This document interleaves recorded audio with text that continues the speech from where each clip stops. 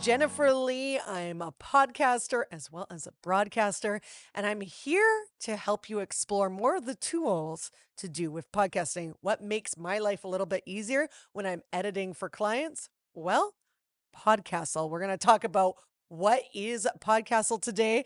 But first, you got to do all the things for me, like ring the bell, smash that like button, leave me a comment. Maybe there's a podcast software or something in the podcast world that you're not really understanding and you need my help with. I am more than happy to help. And so today we're going to talk about editing specific. If you watched my videos before, you know that I use Adobe Audition, old school. I am a radio broadcaster. I've edited many podcasts, many radio commercials, all that. But what I love now is there's a lot of programs with AI that's helping you edit a little bit faster, but not only that, making you sound a little bit more professional because a lot more people are doing virtual podcasts. So they are recording on virtual recording studios like Zencaster or Squadcast or Riverside, which is amazing. Obviously, I like a studio because I'm from the broadcasting world, but I do work with many clients in studios that are virtual because let's face it, it's a lot easier to get the people that you want to chat with around the world. And don't get me wrong, virtual studios can be a really great tool, but you have to make sure your equipment, like in a studio, is set up properly, or you'll have a lot of sound issues, especially with those USB microphones. So, things like Podcastle, which we're going to focus on just the editing tools that they have today, they do many other things.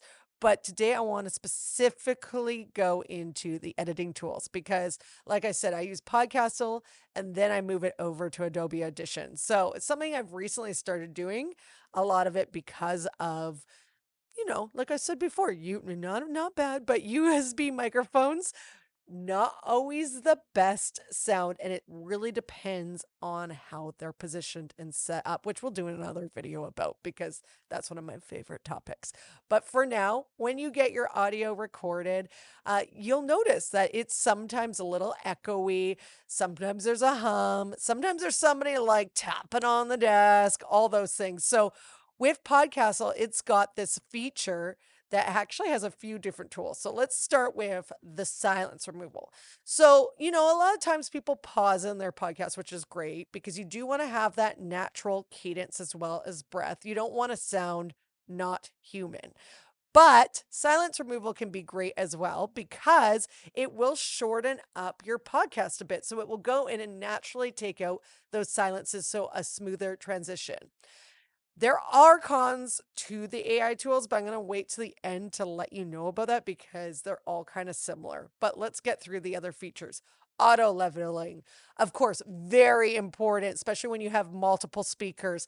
When I deal with podcasts that have 3 or 4 people, sometimes you can do the best of your ability in those virtual recording rooms to make sure everybody's level is great. But when you bring it back to your editing software, it's sometimes not so good. So the audio or the auto leveling is a really great tool, and it's actually pretty accurate, I have to say. Again, a little bit of a con to it. We'll cover it in a little bit. And then the next thing I like is the noise reduction. So again, if you have echoing, if you have a lot of bad background noise, sometimes it doesn't pick up when you're using the virtual recording room and someone, especially your guest, I find it's usually with people with headsets or earbuds, there is not just an echo, but there can be a natural hum on the track. And I can pick it out when I import it to Adobe and it looks like an extreme fuzz. I'll show you an example right here. And that can be a really annoying and really hard to cut out if you don't know how to do it and really time consuming. And it can really make a difference in the sound of your podcast. So this noise reduction, along with the next tool that I love, which was a game changer for me, which is called the Magic Dust. I like it. It kind of goes with the Podcastle theme. It feels very fantasy, but the Magic Dust clears all that up and makes your audio sound extremely professional like this. Just doing a test because I had to change microphones. Test, test, test, test, test, test, test, test, test. Just doing a test because I had to change microphones. But like I said, there are a lot Not a lot, but there are some cons to using AI. Yes, it helps you out, makes things sound more professional, makes things a little bit faster. But the thing I will warn you with the magic dust, again, if you don't record the people at a proper level, if someone is really quiet, and even if you use the auto leveling tool before, the magic dust will take that person out. And so a lot of the times when you go back to listen to the recording, you'll notice there's people missing, and that doesn't sound good because it's usually the most important information. So again, you can't rely solely on AI. It's got to be a hand in hand process.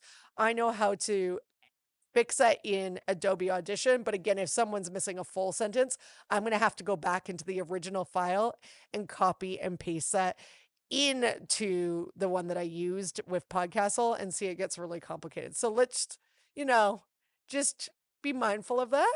And with the silence one too, which I know a lot of people are saying, and this is not just a Podcastle thing, but a lot of people are removing the silences with other AIs, and sometimes it's not natural. So the sentences will butt up against each other and it just won't sound natural and it will cut it like that. So it sounds very choppy.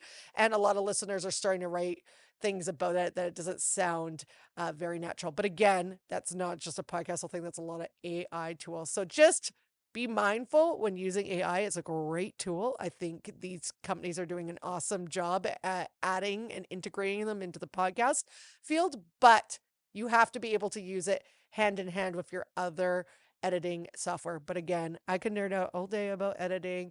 Let me know your thoughts. Again, smash that like button. I think the other thing is like ring that bell, and we'll talk to you soon. Bye.